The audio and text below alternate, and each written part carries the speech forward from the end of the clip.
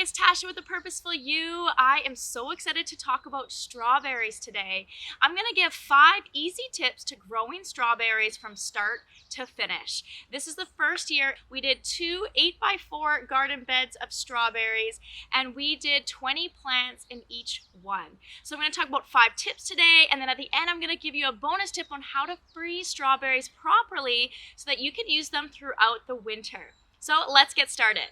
All right, number 1 is invest in organic strawberries. If you have some strawberry plants right now, keep them going. But if you are not yielding enough each year and you think that you may be ready for new strawberries, definitely invest in organic.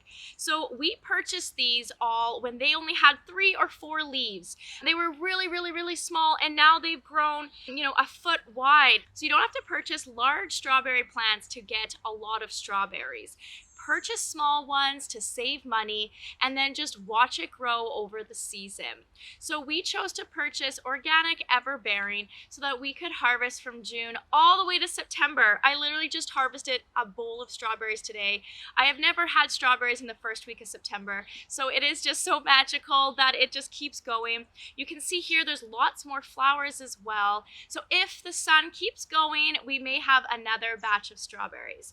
So organic strawberries can be purchased at your local nurseries or maybe your local farms. If you have to replace your strawberry plants next year, you may want to start cutting the runners and then potting those so that you have strawberries for next year and they're free. That's the beautiful thing about strawberries, is it's so sustainable. You can actually keep your runners every year and create more strawberry patches in your garden. Tip number 2 is drip irrigation. This is a game changer, and I promise you it's absolutely worth it. So we put drip irrigation in both of our strawberry beds. What I love about the little tubes, which I'll show you here, is that you can actually manipulate it all around your strawberry beds depending on how dense you're planting. And then you are not watering extra space that doesn't need to be watered. And it doesn't have to cost a lot of money either. You can even purchase secondhand drip irrigation from old farms, but it is absolutely worth it. It allows you to set a timer and water your strawberries maybe in the morning and night, or once a day only, or we even added a shutoff to each of our beds so that there's times when we don't even want this bed to be watered. So it's really versatile and gives you the flexibility, plus it saves you so much time. Strawberries don't like to be watered overhead. It will create moldy strawberries, moldy leaves, and they'll dry out and crisp in the summertime. So coming from the bottom and just putting the water directly on their root systems is way better for the plant. Tip number 3 is soil. What kind of soil do you use for strawberries? Now, here is our secret ingredient. Sand. A lot of people overlook sand. So we actually filled this bed with 3/4 of a compost organic matter soil blend from our local nursery. And then the top quarter of the bed is actually a sand blend. And you can see here that it is mostly sand, all on the top, and eggshells. We add eggshells to the top as well to add the calcium. So if you are planting strawberries for the first time, it's really important to add sand because they love drainage. You can work it in the first foot of your bed, and if your bed is only a foot, you may want to do half sand, half compost mix.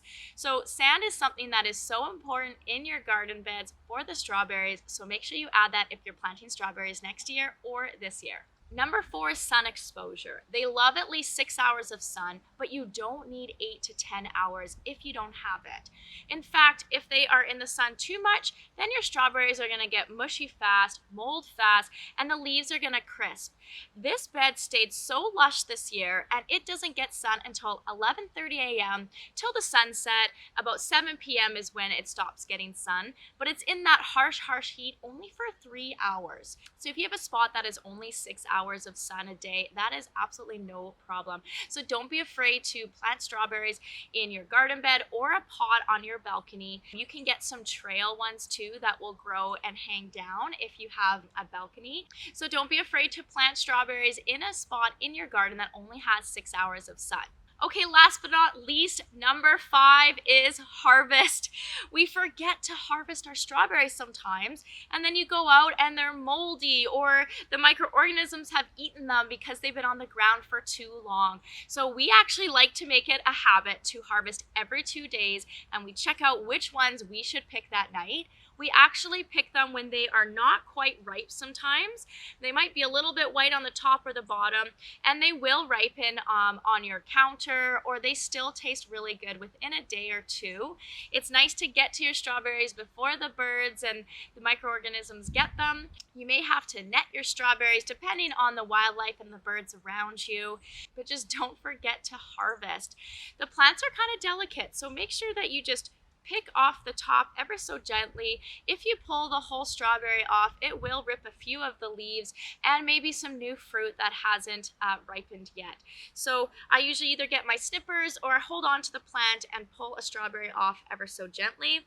The more you harvest, the more it's going to produce. We still have flowers here in September. It's just beautiful. So the more you pick, the more it will produce, just like most things in your garden. So don't be afraid to harvest, or don't go, oh, I just want to see it all get so red and beautiful. Make sure you keep harvesting because you don't want those bugs or birds getting them. We're gonna now be watching the strawberry plants into the fall here. We're gonna watch the birds. We're gonna see if the flowers will actually produce more strawberries. And the one tip I wanna talk about is at the end of the season, what do you do when there's so much bushing around? Make sure you go around and take off all the moldy strawberries, take off all the runners. I cut all our runners throughout the summer and into the fall so that they will go dormant. They will start to go a bit red, but then they'll bush back up next year. So don't cut your strawberries down, but make sure you take off all the dead leaves and cut your runners so that all the nutrients can go back into the roots for next season. Now let's talk about the bonus tip, how we freeze strawberries properly. You don't want to just throw these in a bag. Sometimes what we do is I actually wash them, cut them off, and then I put them on a tray and I flash freeze them so that they freeze on their own, and then I add them to a reusable bag or a Ziploc bag that we are reusing in our home. The other thing you can do is if you're using these for smoothies, you don't need to take off the green part. You can just take off the stem. You can eat these. Sometimes I'll do a bag for the smoothies with the tops on. But if you're gonna be making some strawberry jam or some pies with your strawberries, make sure you do take the tops off, freeze them like that. Sometimes I'll label a bag for smoothies and a bag for baking. So that's a little tip here when you're gonna be freezing your strawberries so that they don't all clump together when you go to use them, especially for smoothies. It's nice to be able to break them off really easily. And I love freezing strawberries. We have about 7 or 8 bags full. We've been trying to keep up this summer, but we've also been freezing half the harvest as we go so that we can eat seasonally throughout the winter. So I think strawberries are a wonderful addition to your garden. They are so sustainable, like I mentioned before, as you can keep cutting your runners every 3 years and creating new plants so that you don't have to purchase year after year. These strawberries will probably need to be replaced in about 3 years. So depending on the variety, some varieties last anywhere from 3 to 5 years, and then you will have to turn over your strawberries. So in year 3, we will most likely cut all the runners, pot them all, and then replant them on our 4th year. So thank you so much for watching. I hope you learned something today about strawberries. I hope I've inspired you to grow strawberries in your garden. You can plant strawberries in the fall, but we would most likely plant them in March or April when your soil is easily worked. Make sure you add sand to your soil and make sure you freeze them properly so you can enjoy them all year long. Please like this video and subscribe to our channel if you haven't. Thank you so much for watching, and until next time.